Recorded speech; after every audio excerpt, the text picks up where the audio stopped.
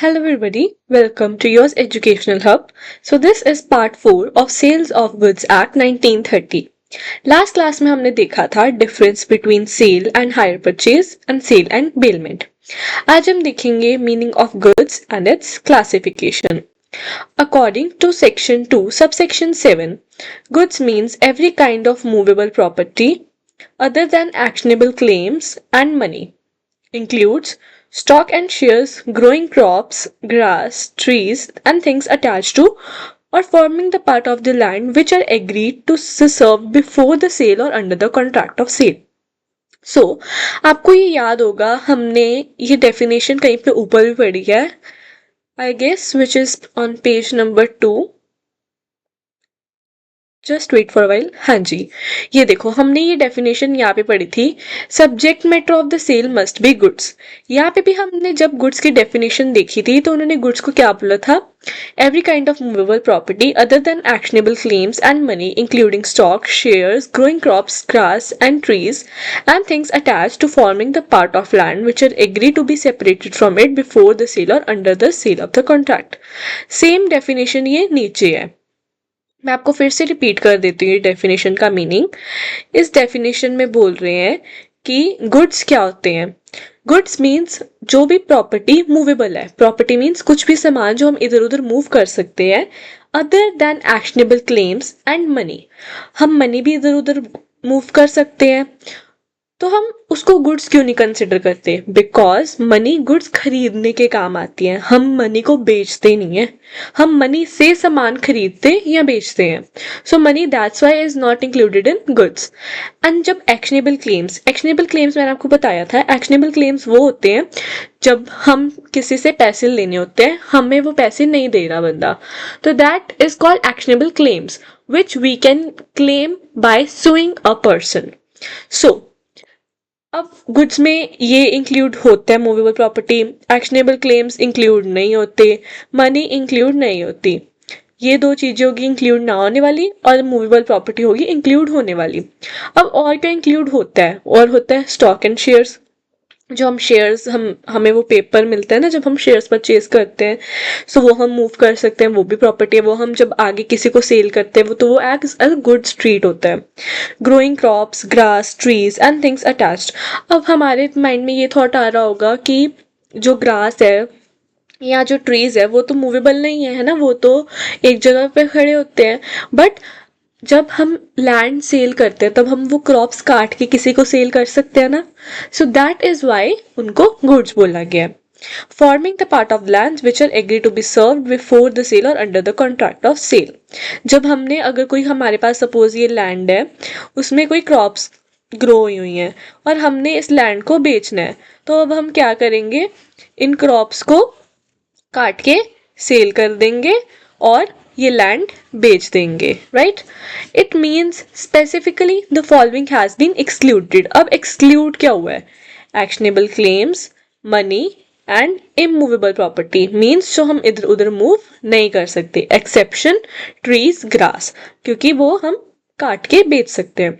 अब हम गुड्स की क्लासिफिकेशन देखते हैं.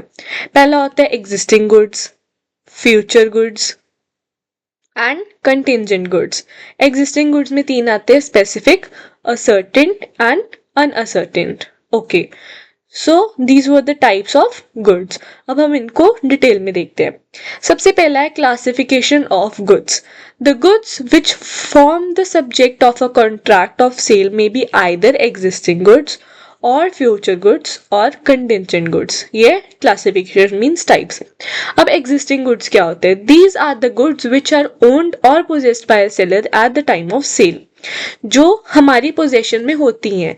Only existing goods can be the subject of cell.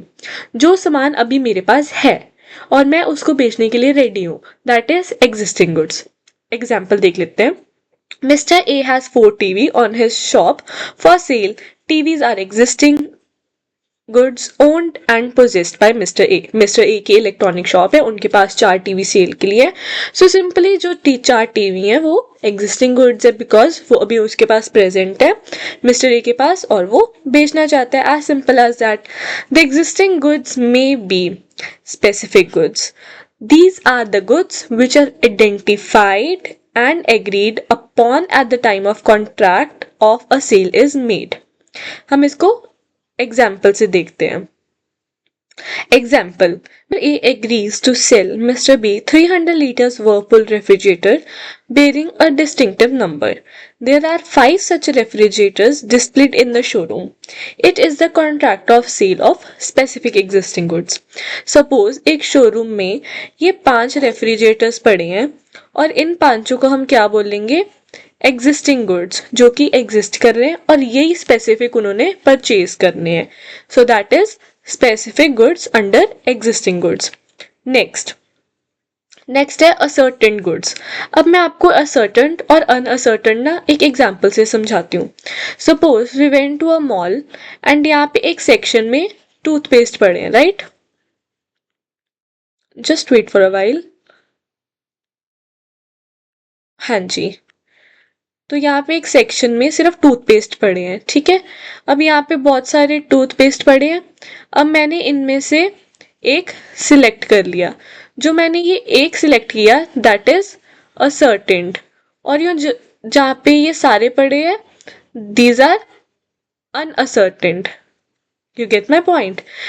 एक मॉल में एक पर्टिकुलर सेक्शन में टूथपेस्ट पड़ी है. ये जो 1 2 3 टूथपेस्ट पड़ी है ये क्या है? अनअसर्टेंड. और जो मैंने एक ये स्पेसिफिक उठाई है दिस इज असर्टेंड. और अगर सपोज हम करते कि ये मॉल में एक सेक्शन में टूथपेस्ट वाले में सिर्फ ये एक ही टूथपेस्ट पड़ी है, this would be specific. You're getting my point. This is the basic difference between ascertain, unascertain and specific. अब हम यहाँ से रीड करते हैं. Ascertain goods, though commonly used as similar in meaning of specific goods, these are the goods which become ascertain subsequent to the formation of contract of sale. जब मैंने ये एक टूथपेस्ट उठाई और मैंने इसको परचेज करना चाहा वो होगी असर्टेन गुड्स. अनअसर्टेन और generic. Generic also means general, मतलब जो ये सारी पड़ी है ना these are general or generic. These are the goods which are not identified and agreed upon at the time of the contract of sale.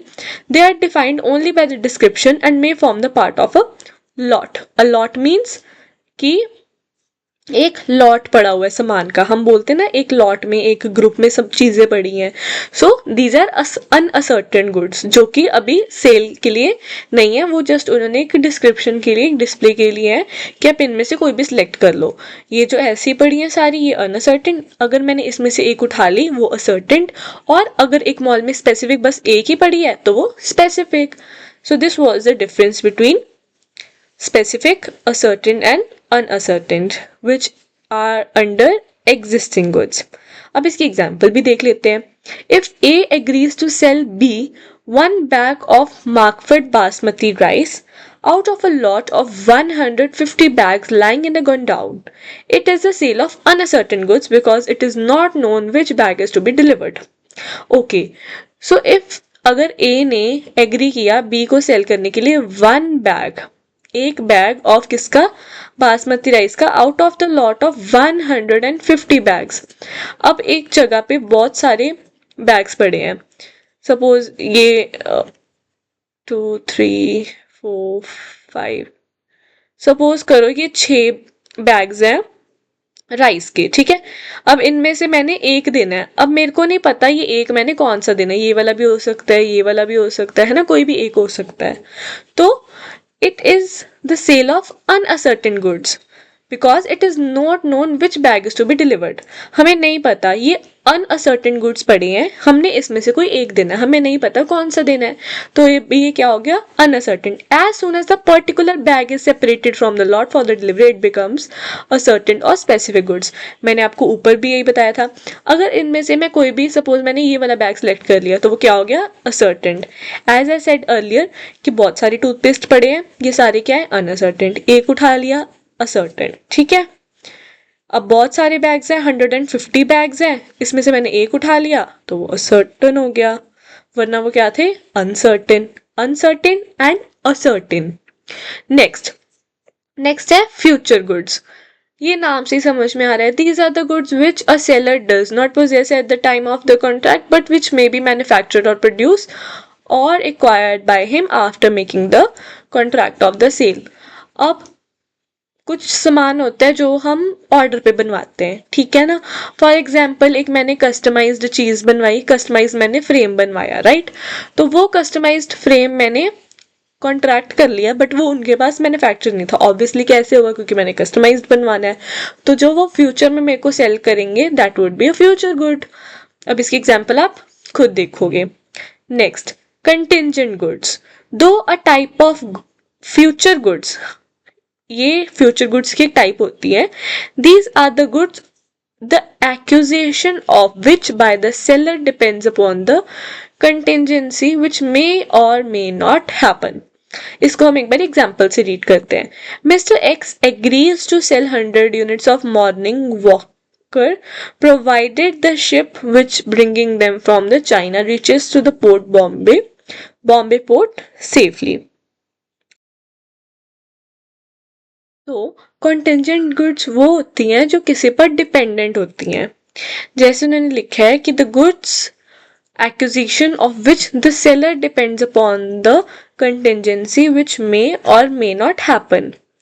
ये किसी पर डिपेंडेंट होती है। जैसे कि अगर कोई सामान मेरे पास, मैं तभी सेल कर पाऊंगी कि अगर वो मेरे पास आएगा। सो इसमें डिपेंडेंसी किसकी है, थर्ड पार्टी की। जैसे mister x agrees to sell 100 units. The ship which bringing them from China reaches to Bombay port safely.